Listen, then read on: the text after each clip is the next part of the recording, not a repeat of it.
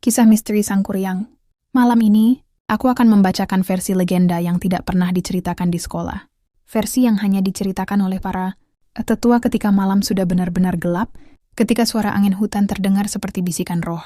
Inilah kisah misteri Sangkuriang versi ekstrim, di mana cinta, darah, kutukan, dan kekuatan kegelapan bertabrakan dalam satu takdir. Dayang Sumbi anjing penjaga gerbang gaib. Dahulu kala, Dayang Sumbi bukan hanya seorang wanita cantik. Ia adalah penjaga salah satu gerbang alam gaib, keturunan langsung dari garis sakti yang bertugas menjaga keseimbangan dunia, manusia dan dunia roh.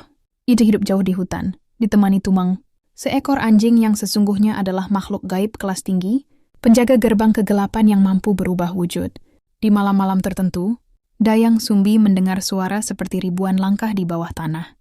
Para leluhur meyakini itu adalah pasukan makhluk halus yang menjaga dunia lain, berkumpul di bawah hutan tempat Dayang Sumbi tinggal. Namun Dayang Sumbi menyimpan rahasia besar. Ia terikat janji gaib dengan Tumang, dan dari hubungan itu, lahirlah anak yang membawa darah manusia dan darah makhluk alam lain. Anak itu adalah Sangkuriang.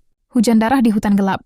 Sangkuriang tumbuh sebagai anak yang luar biasa kuat, tetapi emosinya tidak stabil. Setiap kali marah, angin di sekitar hutan berubah kencang, dan hewan-hewan menjauh. Sampai suatu hari, saat berburu, mereka memasuki wilayah hutan yang dilarang. Hutan itu disebut lubang bayang-bayang, tempat roh yang tersesat berkumpul, sebuah titik antara dunia manusia dan dunia gelap. Di sana Sangkuriang melihat sosok hitam setinggi pohon, dengan mata merah membara. Tumang mencoba menghentikan Sangkuriang, tetapi ia tidak mendengarkan. Dalam kepanikan, ia membunuh Tumang. Beberapa versi mengatakan Tumang mati seperti hewan biasa. Tapi versi ekstrim ini mengatakan, hutan berubah merah. Hujan darah turun, tanah bergetar seperti ada makhluk yang sedang bangkit di bawahnya. Roh penjaga yang selama ini dikendalikan Tumang kehilangan pengikatnya. Sejak hari itu, roh-roh itu mulai berkeliaran dan mengikuti langkah Sangkuriang seolah menuntut balas.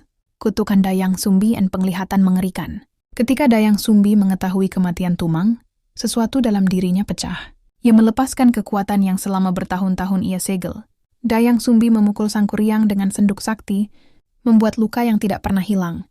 Saat itu mata Dayang Sumbi berubah menjadi hitam seluruhnya, dan roh-roh di hutan berteriak bersamaan, seolah merayakan pelepasan kutukan baru. Dayang Sumbi memandang Sangkuriang dan berkata, "Darahmu bukan darah manusia.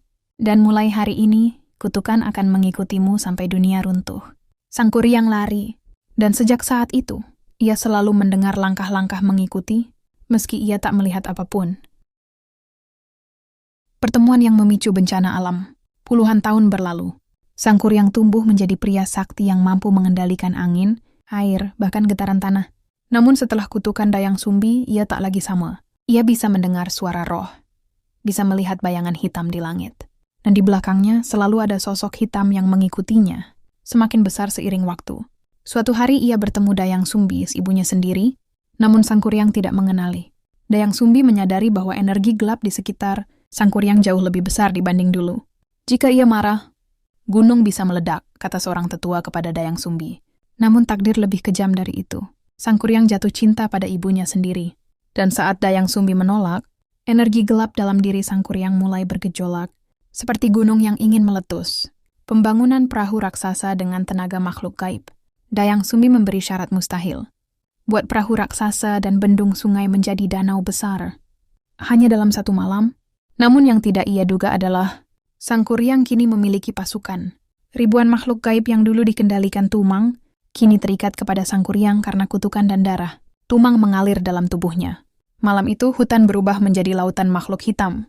Ada yang tubuhnya seperti asap, ada yang merangkak tanpa kepala. Ada yang melayang sambil menyisakan suara jeritan panjang. Tanah bergetar seperti ada ratusan tangan merayap di bawahnya.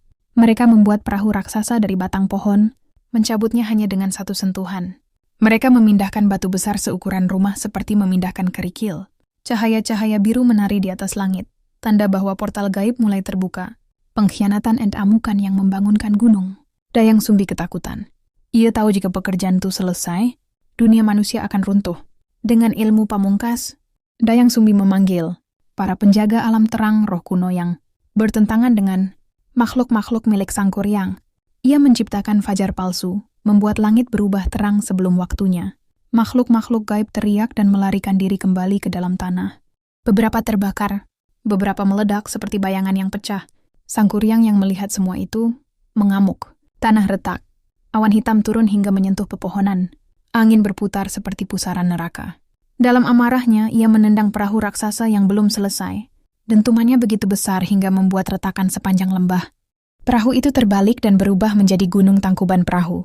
Tetua zaman dulu mengatakan, puncak gunung itu menyimpan amarah Sang Kuryang yang masih aktif sampai hari ini. Terkadang, orang mendengar suara seperti pukulan besar dari dalam bumi, atau melihat cahaya biru melompat-lompat di sekitar kawah. Mereka bilang, itu adalah sisa pasukan gaib Sang Kuryang yang masih terperangkap. Bisikan dari dalam gunung. Konon, saat kabut sangat tebal di tangkuban perahu, beberapa pendaki mendengar